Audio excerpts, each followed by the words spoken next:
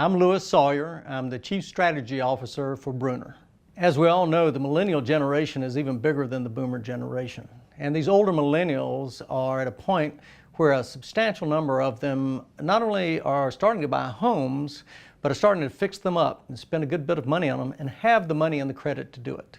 So they're really going to be driving this home market like we've not seen since the boomers were moving into their home buying years. So what are they buying, These were the kids who were going to be in town. They were going to be very urban. They were going to be movers and shakers, never move out to the suburbs.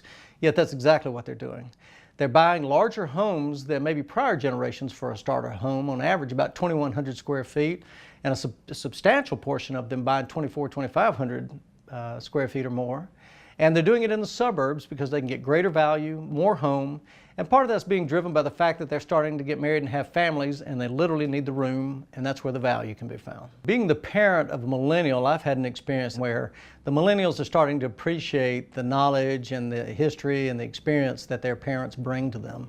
And they're reaching out to them in these home buying years, and they're using their advice in many cases, and sometimes they're financing to help them get out of the basement to move into these new homes. But this older generation is having quite an influence on these younger millennials. However, they are not traditional, maybe as the boomers were. They're very eclectic in their tastes, and they're very different, doing it their own way.